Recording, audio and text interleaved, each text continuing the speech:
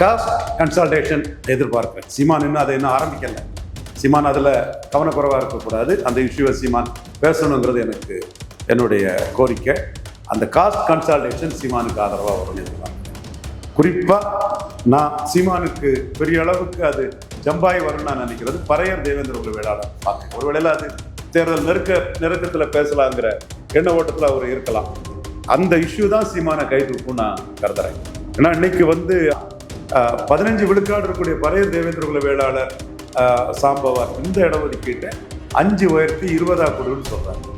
இது கரெக்டாக கிளிக் ஆயிட்டுன்னா சீமான் காஸ்ட் கன்சல்டேஷன்ல எங்கேயோ போயிடுவார்.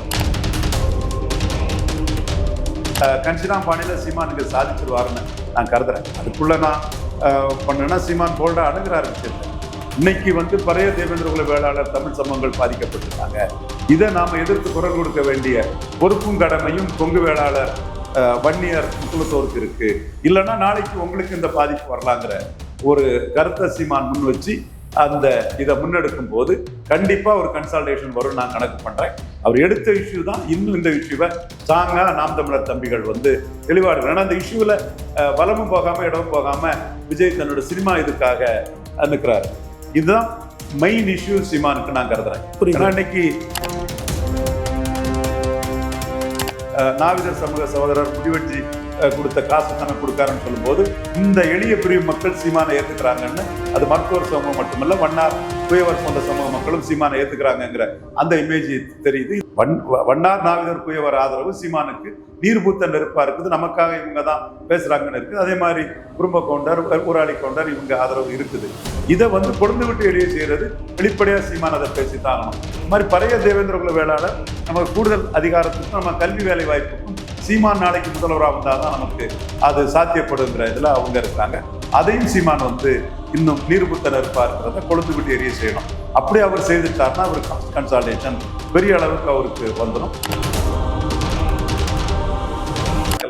8 விழுக்காடு வந்தவர் 1+7 18 விழுக்காடு 1+7 அதே 8 17 விழுக்காடு சாதிக்க முடியும்னு அவர் நம்புறாரு. ஸோ அந்த அடிப்படையில் தான் என்னோட கருத்தை நான் முன்வைக்கிறேன். கண்டிப்பாக சீமானுக்கான களம் இருக்குது. விஜயோட இன்னெபிலிட்டி இன்காம்பிட்டன்ட் மண்குதிரை விஜய்ங்கிறது சீமானுக்கு ப்ளஸ். விஜய் ஒரு எலிஜிபிளா இல்லாமல் மண்குதிரையா இருக்கிறதுனால விஜயை மையமாக வச்சு மாற்றம்னு வந்த வாக்குகள், விஜய் ஒரு தகுதியானவராக இருப்பார் நினைச்சு மாற்றம்னு வந்த வாக்குகள் சீமானுக்கு அந்த வாக்குகள் போறதுக்கான வாய்ப்புகள் இருக்குது. ரிவர்ஸ் கன்சல்டேஷன்ல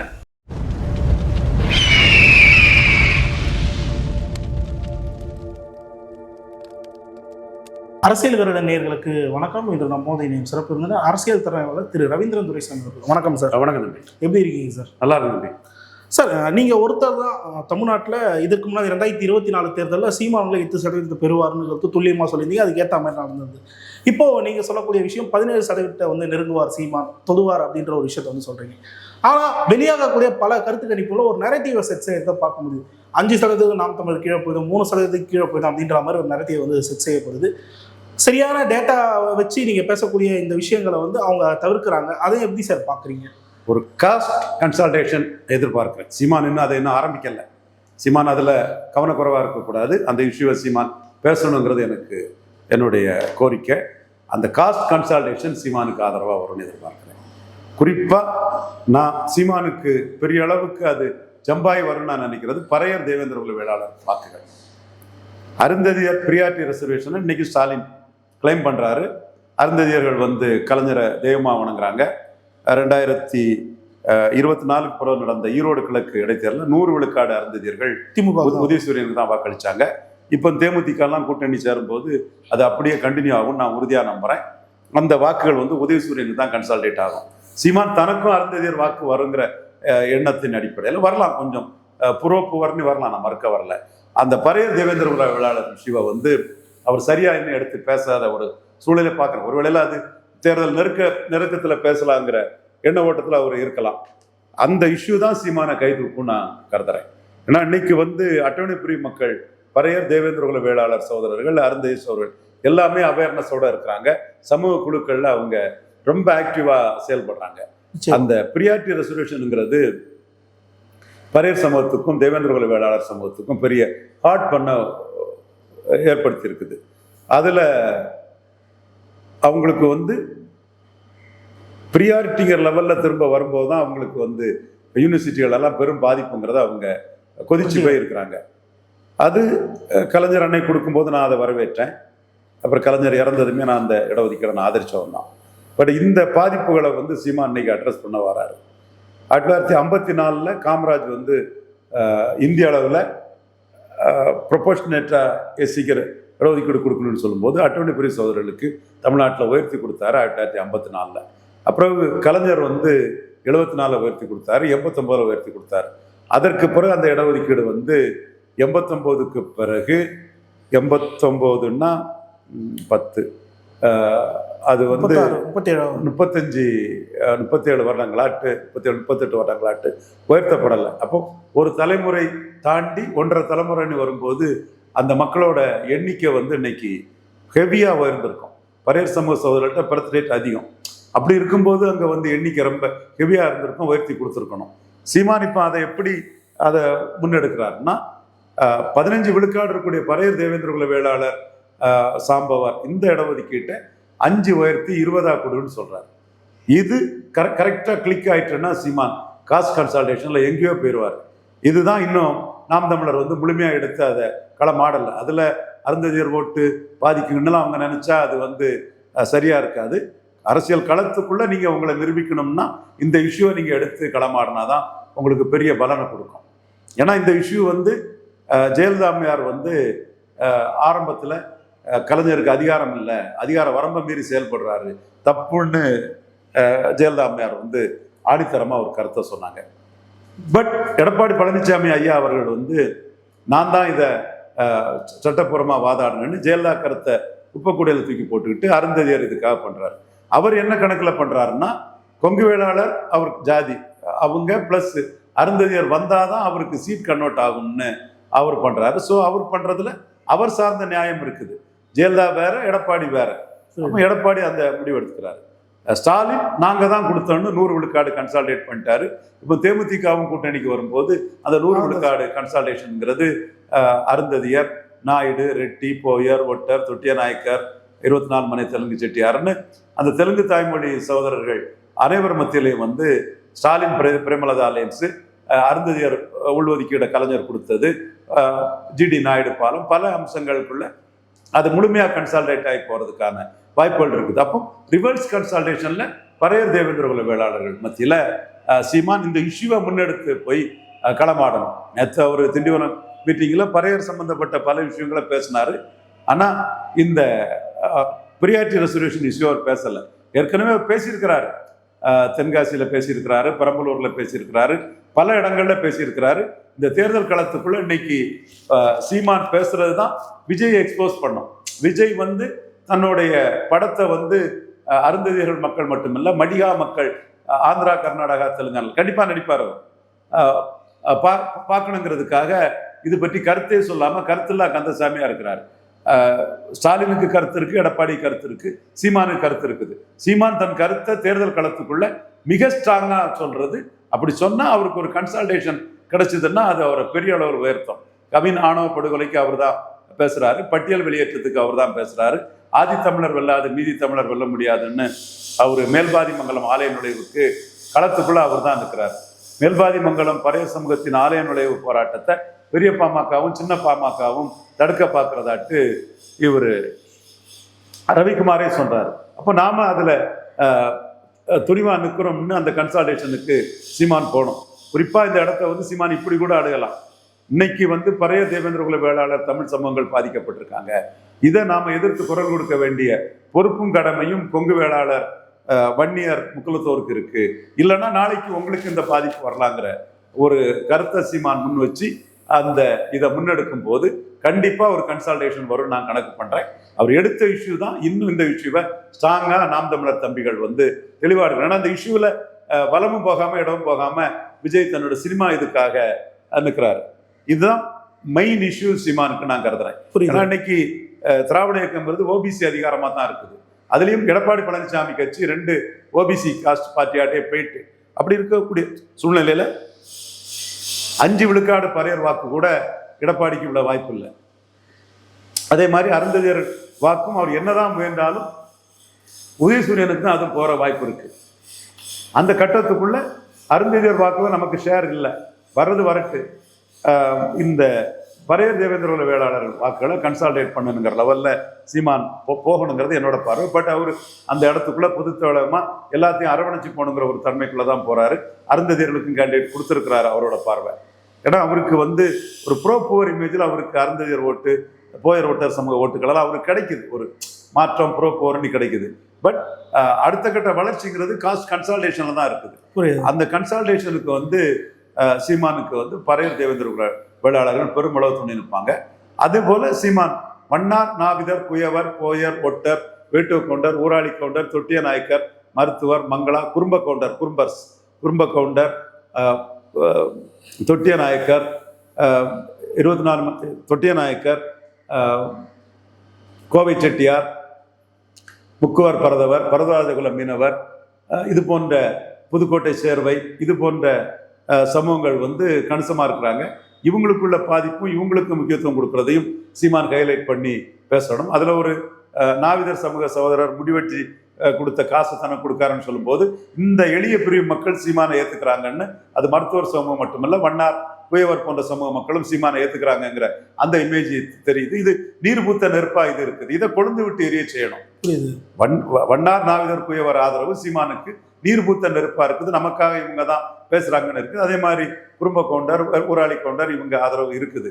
இதை கொழுந்து விட்டு எளிய செய்யறது வெளிப்படையா சீமான் அதை பேசித்தாகணும். இது மாதிரி பரையர் தேவேந்திர வேளாளர் நமக்கு கூடுதல் அதிகாரத்துக்கும் நம்ம கல்வி வேலை வாய்ப்புக்கும் சீமான் நாளைக்கு முதல்வராக வந்தாதான் நமக்கு அது சாத்தியப்படுங்கிற இதுல அவங்க இருக்கிறாங்க. அதையும் சீமான் இன்னும் நீர்புத்த நெருப்பா இருக்கிறத கொழுந்து விட்டு எரிய செய்யணும். அப்படி அவர் செய்துட்டாருன்னா அவர் காஸ்ட் கன்சால்டேஷன் பெரிய அளவுக்கு அவருக்கு வந்துடும். அதற்காக அவர் வன்னியர் பரையர் ஒற்றுமைங்கிற இதுல தெளிவா போகலாம், மறவர் தேவேந்திரர் ஒற்றுமைங்களும் தெளிவா போகலாம். அது அப்படித்தான் தமிழ் தேசிய அடையாளம்ங்கிற லெவலில் தான் அப்படித்தான் பொய்யாகணும். மேலும் விஜய மையமாக வச்சு சீமானுக்கு கொடுக்கிற நெருக்கடிகளும் அவருக்கு வாக்களித்த 8 விழுக்காடு வாக்காளர்கள் மத்தியிலும் பெரிய வேகத்தையும் இதையும் உருவாக்கியிருக்கு, பெரிய வேகத்தை உருவாக்கியிருக்கு. இப்போ நீங்க மும்முனை போட்டி தான் நடக்குது, 4வது இருக்கவர் 2 விழுக்காடு தான் வருவார்னு சுமன் ஸ்ரீராமன் ஐயா சொல்லும் போதுதான் அந்த ஒரு பெரிய ஒரு வேகத்தை அது கொடுக்குது. அதையும் நாம் தமிழர் கரெக்டான முறையில் பயன்படுத்திக்கணும்னு நான் பார்க்குறேன். நான் என்னை பொறுத்தளவில் கன்ஷிராம் பாணியில் சீமான் இங்கே சாதிச்சிருவாருன்னு நான் கருதுறேன். அதுக்குள்ள நான் பண்ணேன்னா சீமான் போல்டா அணுகிறார் விஷயத்த. 8 யாதவர்களை கேண்டிடேட் போட்டிருக்கிறாரு, அவர் கோனாரும்பாரு. அதில் கோனூரிக்கு கோன்கோட்டை, கோனார் கோட்டைன்னு சொல்லும்போது ஒரு முன்னாள் அமைச்சர் ஆட்களை தூண்டி விட்டு பிரச்சனை பண்ணும்போது மராத்தியம் கோட்டைன்னு சொல்லும்போது பொத்திட்டு கிடந்தா இப்போ என்னடா பேசுறேன்னு சொல்லி தமிழங்கோட்டைன்னு அதை பண்ணாரு. இது வட தமிழகத்தில் மட்டுமல்ல 8 யாதவர் வேட்பாளர்களை நிறுத்தி யாதவர் சமுதாயத்தோட இதை நிற்கிறது, ஆடு மாடு மேய்த்தலுக்குள்ள இந்த இடைஞ்சல்களை தடுத்து நிற்கிறது. இது ஒரு பார்வையில் அந்த கம்யூனிட்டி சீமான் நோக்கி நகரதுக்கு வாய்ப்பு இருக்கு. 8 முத்திரையர்களுக்கு வாய்ப்பை கொடுத்துருக்கிறாரு. இப்படி அவரு பல சோசியல் போலரைசேஷன், குறிப்பா 6 பிராமணர்களுக்கு வாய்ப்பு கொடுத்துருக்கிறது. இப்படி இன்னும் நுணுக்கமா பல விஷயங்கள் இருக்குது. இது 100% கம்யூனிட்டிஸோட ஒரு பிரதிநிதியா சீமான் வரும்போது, ப்ரோ புவரோட ஒரு பிரதிநிதியா சீமான் வரும்போது அவருக்கு பெரிய பூஸ்ட் கொடுக்கும். அவர் ஜெனரலைஸ்டா தான் போறாரு. பாட்டில் தண்ணி அடைச்சி விற்கிறத தடுப்பேன், அந்த மாதிரி இலவசங்கள் எதிர்ப்பு, பிராண்டி விஸ்கி எதிர்ப்புங்கிறதோட கல்லுக்குள்ள உரிய அங்கீகாரம் கிடைக்கிறதுக்கு நான் பாடுபடுவோங்கிறது பாசிட்டிவா அது கூடுதல் கொஞ்சம் போக்கஸை கொடுக்கும். ஸோ அவர்கிட்ட நிறைய ஆயுதங்கள் இருக்கு. எந்த ஆயுதத்தை பட்டத்தீட்டு கொண்டு போறாருங்கிறத பொறுத்து தான் அவருக்கு வாக்கு வங்கி வலிமை இருக்கும். நான் சமூக நீதி பார்வையில புறக்கணிக்கப்படக்கூடிய சமூகங்களுக்காக சீமான் நிற்கிறது அவருக்கு பெரிய கை கொடுக்குன்னு நினைக்கிறேன். ஏன்னா எம்ஜிஆரே எம்ஜிஆர் மேனன் ஜாதிவாரி கணக்கெடுப்பு நடந்தா எவ்வளவு மேனன் இருப்பார்னு தெரிஞ்சிடணும்னு எடுக்கலன்னு அடிக்கும்போது அதில் வண்ணார் நாவிதர் குயவர்களுக்காக அவர் நிற்கிறது, முத்தரையர் யாதவர் செங்குந்தர் உடையார் விஸ்வகர்மாக்கா நிற்கிறது. வன்னியர்களின் வீரம் செறிந்த போராட்டத்தை எம்ஜிஆர் கோமாளி போராட்டமாட்ட ஆக்கிட்டாருங்கிறத எம்ஜிஆர் அன்னைக்கு பாராட்டப்பட்டதை எம்ஜிஆர் அடிச்சு பேசுறது சீமானுக்கு ஒரு பூஸ்ட் கொடுக்கும். விஜய் போன்றவர்கள் எம்ஜிஆர் ஜெயலலிதா பேரை சொல்லி எடப்பாடியை பலகீனப்படுத்துறதுக்கு செங்கோட்டையன், சத்யபாமா, ரெட்டியார்பட்டி நாராயணன், RS முருகன், தூசி மோகன், இவர் மற்றும் BS பாபு, இந்த மாதிரிப்பட்ட ஆட்கள், சபாநாயகர் மகன் பேர் என்ன லோகேஷ் போன்றவங்கெல்லாம் முன்னிறுத்தி அவர் எம்ஜிஆர் ஜெயலலிதா பேரை சொல்லி எடப்பாடியை பலகீனப்படுத்த பார்க்குறாரு. சீமான் சமூக நீதி பார்வையில் 2 ஜாதி தவிர எடப்பாடியால் பலனில்லாத ஜாதிகளை முன்னிறுத்தி எடப்பாடியை பலகீனப்படுத்தினா இந்த ஏசி ரூம் வெப்பு கிப்புன்னு லொட்டு லொடுக்கு ஒன்றும் நிற்காது. மக்கள் மத்தியில் இதுதான் இருக்கு. எடப்பாடிக்கு ஓட்டு போட்டால் வன்னியருக்கும் வெள்ளாள கவுண்டருக்கும் அதிகாரம், சீமானுக்கே ஓட்டு போட்டுருப்போம், சீமான் தான் நமக்காக நிற்கிறாருன்னு அந்த சம்பவங்கள் நிற்கக்கூடிய பட்சத்தில் சீமானுக்கு பெரிய ஜம்ப் இருக்குது. எடப்பாடியை பலகீனப்படுத்தி தான் அந்த ஜம்பில் வந்திருக்கிறாரு. விஜயும் எடப்பாடியை பலகீனப்படுத்தும் போது எடப்பாடியை எந்த முறை சீமான் பலகீனப்படுத்துறது ஈஸின்னு நான் பார்க்குறேன். குறிப்பாக இதை கிளைம் பண்ணணும். ஸ்டாலினை நான் தான் எதிர்த்தேன். சீமான் வர்சஸ் ஸ்டாலின் களம் வந்து ஈரோடு கிழக்கில் இருந்து மற்றவங்கலாம் களத்தை விட்டு ஓடிட்டாங்க. விக்கிரவாண்டில் நின்ன என்டிஏ களத்தில் தமிழ் தேசியம் தான் திராவிடத்துக்கு மாத்துன்னு தந்துட்டு போயிட்டாங்க. அவங்களே களத்தை விட்டுட்டு போயிட்டாங்க. எடப்பாடி வந்து என்னால் ஸ்டாலின் எதிர்க்க முடியாது, எதிர்த்தா சீமானுக்கு எனக்கு வித்தியாசம் இல்லை ஓக்கலன்னு சீமான்கிட்ட நான் பலகீனம் அடைஞ்சது வெளிப்பட்டு போகணும், தன்னோட பலகீனம் வெளிப்படாமல் இருக்கிறதுக்காக அவர் களத்தை விட்டு ஓடிட்டாரு. ஜெயலலிதாவை சாக்கு போக்கா சொல்லுவார். அது ஜெயலலிதாவுக்கும் அவருக்குள்ள விஷயம். சீமானை பொறுத்தவரை நான் தான் ஸ்டாலினை எதிர்த்தேன், மற்றவங்களாம் ஓடிட்டான், களத்தை விட்டு ஓடிட்டான். விஜய் கட்சி ஆரம்பிச்சு லெட்டர்பேடா இருந்தார். இதை எம்பசிஸ் பண்ணி பேசணும். எனக்கு தான் அந்த துணிச்சல் இருந்து, பிரபாரமானுக்கு தான் துணிச்சல் இருந்து நான் 16 விழுக்காடு வாக்கெடுத்தோம்னா தமிழ் தேசியத்தை சொல்லி, பெரியார் எதிர்ப்பை சொல்லி, திராவிட எதிர்ப்பை சொல்லி, திப்பு சுல்தானை ப்ரொஜெக்ட் பண்ணி, பழனி பாப்பா ப்ரொஜெக்ட் பண்ணி நான் என்னோட கொள்கைகளை சொல்லி தான் எடுத்தேன். இந்த இடத்துக்குள்ள களத்தை விட்டு போனவங்க வாக்குகளும் திராவிடத்துக்கு எதிராக எனக்கு தான் வருங்கிறத கிளைம் பண்ணணும். ஸோ வாய்ப்புகள் சீமானுக்கு தெளிவாக இருக்குது. இறுதியாக ஒரே ஒரு கேள்வி தான் சார் சுருக்கமாக. இது வந்து அப்போ கருத்து கணிப்புகள்னு பார்க்காம கருத்து திணிப்புகளாகவே எடுத்துக்கலாமா இந்த விஷயங்களை? போலரைசேஷன் வரும். அப்போ கருத்து கணிப்பு என்ன செய்யும்? நெல்லையில் வந்து 35 விழுக்காடு அதிமுக ரெட்டையில் எடுப்பாங்கன்னு சொன்னோம். நான் தான் சொன்னேன், களத்தில் பூந்து நாடார்களை எடப்பாடிக்கு எதிராக திருப்புவோம். எடப்பாடி வந்து ஓபிஎஸ் நீக்கிட்டதுனால, ஓபிஎஸ் ஒரு நல்ல மனிதர், அவர் வந்து எந்த ஜாதிக்கும் எதிரானவர் கிடையாது. தேனியில பார்த்தாலே சொல்றாங்களா 55 விழுக்காடு மேலே எடுத்து ஜெயிப்பாங்க, பெரிய வெற்றி சொல்லுவாங்கன்னு எல்லா ஜாதியும் சொல்றாங்க, நாயுடுகளும் எல்லாருமே சொல்றாங்க. அப்போ நீங்க அவரை நீக்கினால நாடார்கள் ஆதரிச்சிருவாங்கன்னு ஒரு தப்பு கணக்கு போட்டாரு. அப்படியெல்லாம் நாடார்கள் நெகட்டிவா பண்ண மாட்டாங்க, பாசிட்டிவா தான் வாக்களிப்பாங்கன்னு நான் நெல்லை, தூத்துக்குடி, திருநெல்வேலி 3லையும் போலரைசேஷன் நாடார் கம்யூனிட்டி வந்து எடப்பாடிக்கு எதிராக நிற்கணும்னு சொல்லி அடிச்சு. சொல்ல போனா மதிப்புக்குரிய தம்பி, பாசத்துக்குரிய தம்பி, தொழிலதிபர், ஆயிரக்கணக்கான வேலை கொடுத்து பெரிய தொழிலதிபர் ஆகட்டும் தம்பி, எத்தனை தொழில் ஃபேக்டரி எல்லாம் பண்றாரு. அவருக்கு மிதுன் பழனிசாமி ஐயர் நாடார் என்ன செய்ய முடியும்னு கேட்டதுக்கு, ஐயர்னா சத்திரன் குருமூர்த்தி கேட்டதுக்கு நாம களத்துக்குள்ள இறங்கி நாம அந்த வேலையை பார்த்தோம். களத்துக்குள்ள இறங்கி நாம அந்த வேலையை பார்க்கும் போது 35 விழுக்காடு வரும்னு கருத்து கணிப்பு போட்டது 8 விழுக்காடு தானே வந்தது. எடுத்து பாருங்க, 35 கருத்து எங்கேயோ போயிடுச்சு, 8 விழுக்காடு தான் வந்தது. அதே மாதிரி இப்போ போலரைசேஷன் தான் வரும். போலரைசேஷன்ல விஜய் தாக்கு பிடிக்க முடியாது, சீமான் தாக்கு பிடிப்பார். போலரைசேஷன்ல சீமான் ஒன் இயர் நான் 1 இயர் போலரைசேஷன் விக்கிரவாண்டியில் வரும்போது சீமான் தாக்கு பிடிச்சாரு. ஒன்னையாட அடிக்க சொன்னேன், பரையதான அடிக்க சொன்னேன், கோனரிக்கு கோன்கோட்டை, கோனார்கோட்டை, வீரப்பன் கொள்ளக்காரனா, கருணாநிதி ஜெயலலிதாவுக்கு என்ன பேரு, வீரப்பன் என்கவுண்டரை பற்றி இப்போ பேசிடுவான்னு அந்த போலரைசேஷனை உடைக்கிற மாதிரி சில கருத்துக்களை, பழைய தேவேந்திர வேளாளர்கள் ஒதுக்கீடுனாலும் சரி, பல கருத்துக்களை சீமான் கையில் வச்சிருக்கிறார். அவரால் அது போலரைசேஷனை உடைக்க முடியும். விஜய் இந்த களத்துக்குள்ளே வரல, களத்துக்குள்ளே வராதவர் எப்படி போலரைசேஷனை உடைப்பாரு? வட தமிழகத்தில் 1 இயர் நான் 1 இயர் போலரைசேஷன் தான் வருது.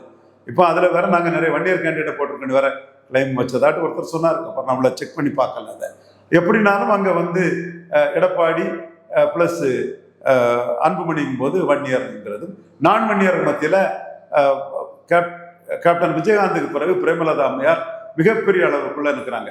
அழகாபுரி மோகன்ராஜ் எல்லாம் 1 இயர் தானாலும் கூட அந்த பிரேமலதா அம்மையாருக்கு வரக்கூடிய கூட்டம் 2011 ஒரு போலரைசேஷன் வட தமிழகத்தில் உருவாச்சு இல்லையா? அதே மாதிரி ஒரு பெரிய போலரைசேஷன் அன்னைக்கு 37 விழுக்காட்டில் இருந்த ஜெயலலிதா அம்மையார் 10 விழுக்காட்டில் இருந்த விஜயகாந்தை சேர்த்துக்கிட்டு 50 விழுக்காடுக்கு மேலே வடக்க போயிட்டாங்க. பொருந்தா கூட்டணி அட்டு பாமக பிசிகா கூட்டணி வந்துட்டு இன்னைக்கு தேமுதிக பிசிகா கூட்டணி பொருந்தக்கூடிய கூட்டணி தான். தேமுதிக பிசிகா கூட்டணி இந்த வலைத்தளத்திலையும் ஏசி ரூம்ல இருந்துகிட்டு களம் தெரியாம பேசக்கூடிய அட்டு பசங்க தான் பிசிகா வெர்சஸ் தேமுதிக அனுப்பி வச்சுட்டு இருப்பான். களத்துல நாயுடு சமூகத்தை, பரையர் சமூகங்களை வந்து சகோதரர்கள் ஏற்றுக்கொள்ளக்கூடிய தன்மை தான் 100க்கு 100 இருக்கு. 52ல இருந்தே இதுதான் பேட்டர்ன். 52ல காமராஜ் டெம்ப்ளேட்டே இதுதான். அப்போ இந்த இது வந்து தேமுதிக அங்க நிற்கும் போது வந்து பெரிய அளவு ஒரு போலரைசேஷன் வந்து விக்கிரவாண்டியில நடந்தது, வட தமிழகத்திலே நடக்கும். அப்போ களத்துக்குள்ளே போலரைசேஷனை மீறி பின்னங்கால் படையில கோலத்தனமா ஓடி போன விஜய் இப்போ போலரைசேஷனுக்குள்ள என்ன ஆவார்? காலி ஆயிடுவார். சீமான் போலரைசேஷன் எதிர்த்து நின்னாரு, தாக்கு பிடிப்பார். இது ஒரு தன்மையா நான் பாக்குறேன். அது மாதிரி ஈரோடு கிழக்கு பேட்டர்ன்ல தான் மேக்கையும் போலரைசேஷன் வரும். தேமுதிக பிரேமலதா அம்மையாருக்கு வரக்கூடிய கூட்டம் வந்து கட்டி ஏறுது, பயங்கர ஒரு கூட்டம் வருது. ஒரு பெரிய லீடரா அவங்க வந்து இன்னைக்கு எஸ்டாப்ளிஷ் ஆகுறாங்க. ஸ்டாலினுக்கு மிகப்பெரிய வேல்யூவேஷன் ஆயிட்டாங்க. திமுக காரனே 10 இல்ல 12 சீட்டு கொடுத்துருக்கலாம்னு சொல்ல ஆரம்பிக்கிறாங்கிற அளவுக்கு அங்கேயும் அவங்க கூட்டத்துக்கு அங்கே போகல, போலரைசேஷன் வரும். அந்த போலரைசேஷன்லையும் இப்போ அருந்ததியர் சீமான் பண்ணக்கூடிய போலரைசேஷன் இதுலலாம் விஜய்க்கு நிலைப்பாடு இல்லை. அப்போ நிலைப்பாடு இல்லாதனால அங்கேயும் போகாம இங்கேயும் போகாம நடுவில் போய் அடிபடுவார். இப்போ திருப்பரங்குன்ற மேட்ரு ஒரு போலரைஸ்ட் மேட்டர் தான், அதை வந்து பிஜேபி இப்போ பெருசா எடுக்கல என்றாலும் சீமான் அதை வந்து முறியடிக்க நிற்கிறாரு. நீ தமிழன்னு சொன்னா மெஜாரிட்டி, கிறிஸ்தவ முஸ்லீம்னா மைனாரிட்டிங்கிறாரு. விஜய் கருத்தே இல்லை. கருத்து இல்லாதவருக்கு எந்த செக்ஷன் ஓட்டு போடுவாங்க? ரொம்ப போல்டா சீமான் என்ன சொல்றாரு, நதிநீர் பிரச்சனையில பாகிஸ்தான் முஸ்லிம்களுக்கு ஆதரவா நதிநீரை தடுக்கிறதுக்கு யாருக்கும் உரிமை இல்லைங்கிறாரு முஸ்லிம் விவசாயிகளுக்கு.